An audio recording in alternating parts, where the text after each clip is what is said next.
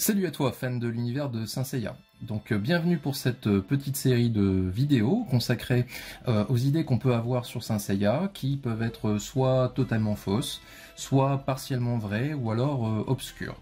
Donc dans cette série de vidéos, je vais essayer de te donner des éléments de réponse, en me basant uniquement sur l'œuvre de Kurumada, donc exit tous les univers parallèles type épisode G et autres Saint Show pour prouver ce que je vais dire. Je me baserai uniquement sur l'œuvre canonique de Kurumada, car il y a tellement d'univers parallèles qui ont été construits à partir de Saint Seiya que chacun y a développé ses vérités. Donc personnellement, je considère que le père de l'œuvre, c'est Masami Kurumada, donc c'est lui qui est maître des choix scénaristiques. Donc c'est vers ces choix-là qu'il faut chercher la vérité dans Saint Seiya. Bon, je pourrais évidemment évoquer les spin-offs pour, par exemple, les utiliser comme point de départ si, par exemple, l'idée fausse qu'on peut avoir sur Saint Seiya émane de ces univers. Alors, premier mythe, première question à laquelle je vais tenter de répondre et qu'on est assez nombreux à se poser. En tout cas, c'est une question que je rencontre assez souvent sur les groupes Facebook que je fréquente, notamment le principal qui est les Chevaliers du Zodiac France. Qu'en est-il de la mort d'Aiolos ou d'Aiolos? Alors ça c'est une question qui se pose tout simplement parce que il y a un mystère qui plane autour de cette mort. Alors je vais d'abord partir du point de départ, ce que l'on en sait, et comment ensuite la question a été résolue. Alors le point de départ, il est à la fois dans le manga et dans l'anime, et il est un tout petit peu divergent dans les deux. D'abord dans le manga, le point de départ, c'est que Aiolos sauve Athéna, qui est bien évidemment bébé à ce moment-là, alors que Saga, déguisé sous les traits du pop, essaie d'intenter à sa vie. Saga ensuite attaque Aiolos et le blesse, donc le blesse suffisamment pour que celui-ci soit projeté en dehors du temple qui contenait le bébé. Et donc il s'enfuit blessé avec le bébé sous le bras.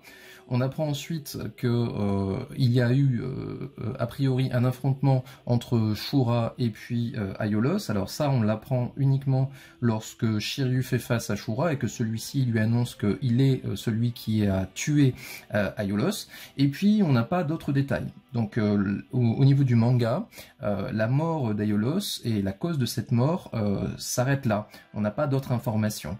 Alors la question qui se pose, c'est pourquoi Kurumada se lance dans cette révélation si c'est pour s'arrêter net à cet endroit-là et ne pas nous donner davantage d'informations sur la cause de cette mort. Alors, il faut bien se remettre dans le contexte du sanctuaire et le contexte des 3 derniers combats qui concernent donc les 4 derniers bronzes.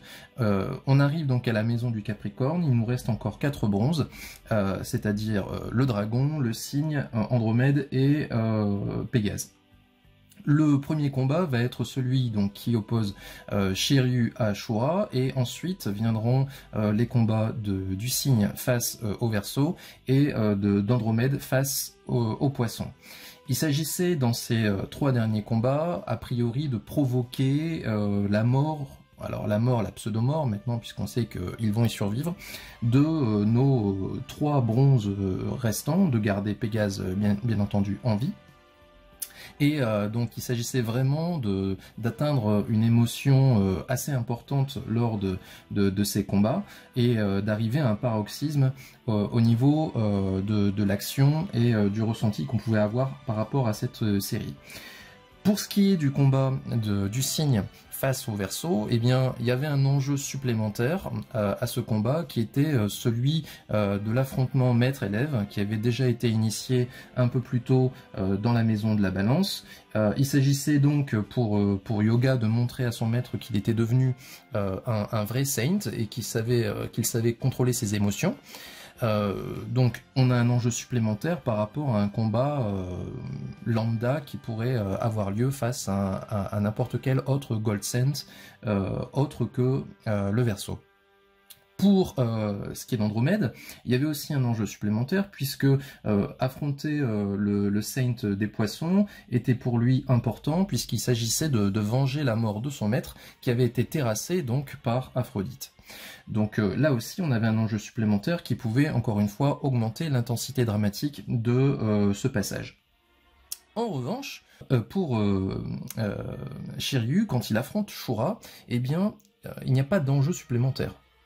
C'est-à-dire que on aura juste un combat classique d'un bronze contre un gold cent. Et c'est donc là qu'arrive l'astuce de Kurumada, qui consiste à dire, ben voilà, Shiryu, je suis ravi de te voir, puisque c'est moi qui ai tué le chevalier Aiolos il y a 13 ans. Ça vient un petit peu comme un cheveu sur la soupe, mais c'est presque comme ça que c'est présenté dans le manga, et puis boum, on s'arrête net là. Donc évidemment, on aura un enjeu quand même supplémentaire en sachant ça, puisque il s'agira donc pour Shiryu non seulement d'essayer donc de vaincre un chevalier d'or, mais surtout de venger la mort d'Aiolos qui aura sauvé Athéna 13 ans plus tôt. Et donc ce faisant, eh bien, grâce à cette astuce, on a un combat Shiryu contre Shura qui ne sera pas inférieur en termes d'intensité dramatique aux deux autres qui vont venir ensuite. Alors pour ce qui est de l'animé, en revanche, on a un peu plus de détails sur la mort d'Aiolos, puisqu'on a un flashback du combat qui a eu lieu entre lui et Shura. On a donc dans ce flashback un Shura qui profite plus ou moins du fait qu'Aiolos tente de protéger la vie du bébé pour le blesser mortellement sans qu'on sache ensuite comment Aiolos mourant arrive à trouver les forces pour d'abord écrire son testament dans sa maison et puis ensuite donc mettre en sécurité Athéna en la confiant à Mitsumasa Kido. Alors si on peut bien évidemment louer l'animé pour les détails en plus qu'ils nous ont rajoutés par rapport au manga, on peut toutefois quand même déplorer les zones d'ombre qu'il laisse. Donc à ce stade, que ce soit dans l'animé ou dans le manga, la question qui persiste c'est quand même comment un Saint de 10 ans, puisque c'est à peu près l'âge que doit avoir à ce moment-là Shura, d'après les données techniques du manga, donc comment un Saint de 10 ans arrive à défaire un Saint comme Aiolos, qui est d'abord de 4 ans son aîné, mais surtout qui a été choisi parmi tous les Saints pour succéder au Grand Pope. Donc on peut estimer qu'il fait partie des plus forts, des plus valeureux Saints. Comment arrive-t-il à se faire défaire par un enfant, on pourrait dire, de 10 ans? Alors évidemment, cette question, je me la suis quand même posée assez longtemps, et je pense qu'on est nombreux à se l'être posée.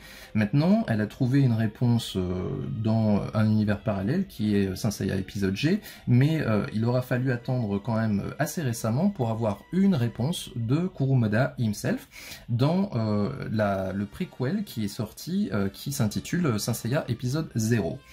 Alors d'abord, petite parenthèse sur cette source, et pourquoi on doit la considérer comme canonique.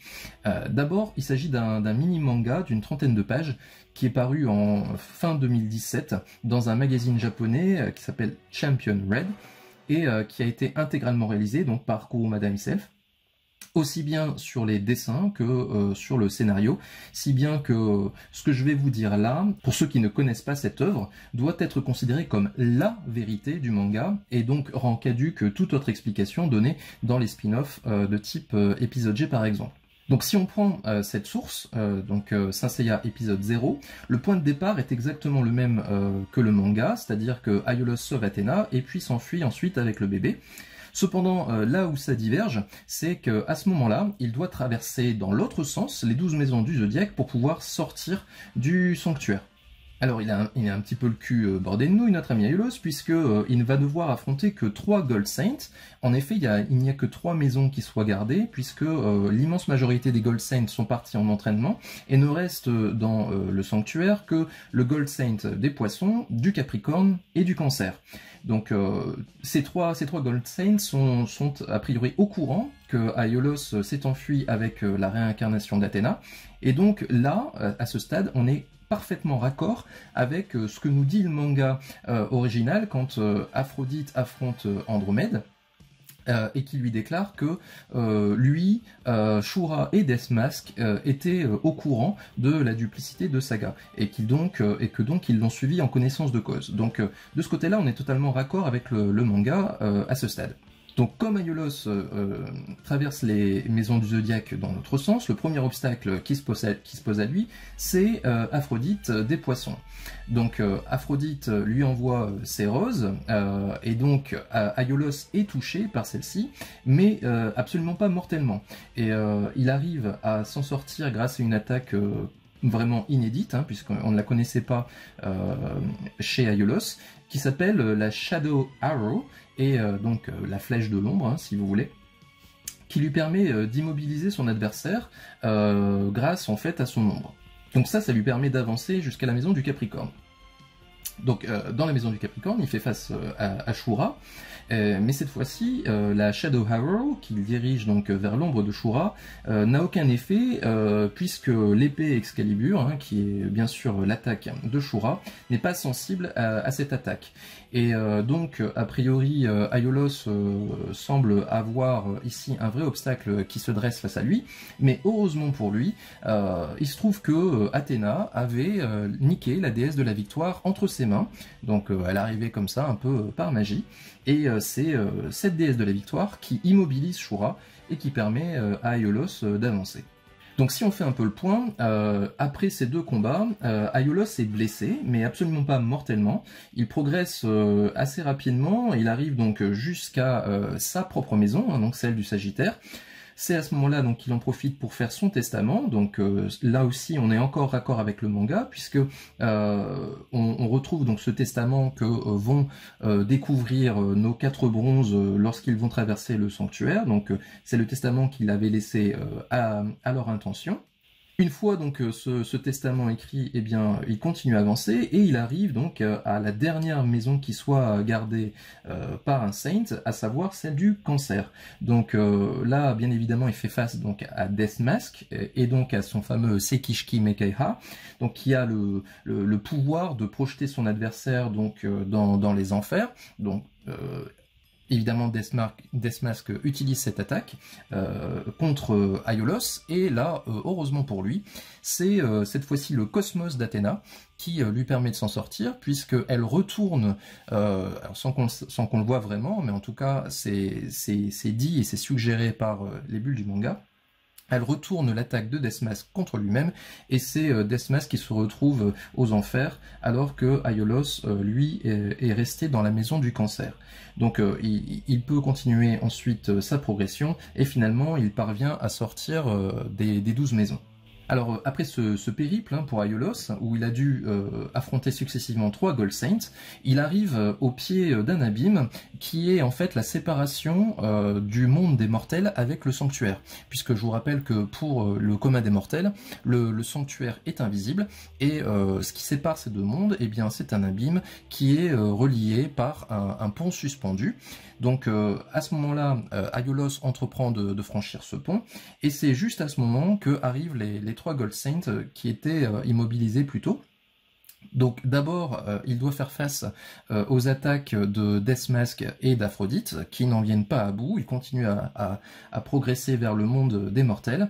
Et c'est juste à ce moment-là que Shura décide de faire usage d'Excalibur pour trancher les cordages qui retiennent le pont suspendu. Si bien que Aiolos est précipité dans les abîmes avec Athéna dans ses bras. Ce qui, a priori, provoquera une blessure mortelle pour le chevalier du Sagittaire.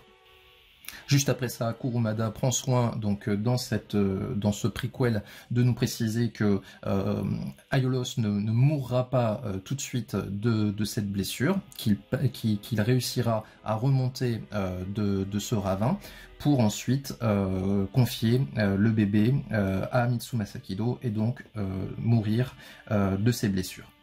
Donc voilà ce qui est la vérité de Kurumada hein, pour expliquer la mort d'Aiolos. Alors bien évidemment, Shura ne sort pas vraiment grandi de cet épisode, hein, puisque exit tout combat entre le Capricorne et puis le Sagittaire, au profit finalement d'une attaque assez lâche de Shura, qui simplement tranche les cordages d'un pont, ce qui provoque la chute d'Aiolos.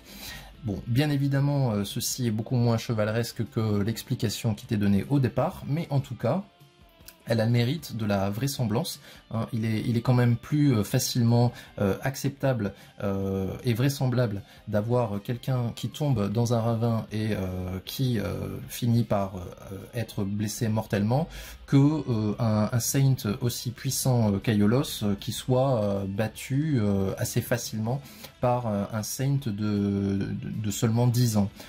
Alors que normalement on est censé avoir quelqu'un de surpuissant et qui devait succéder au Pope. Voilà donc pour cette première vidéo donc de On brise le mythe.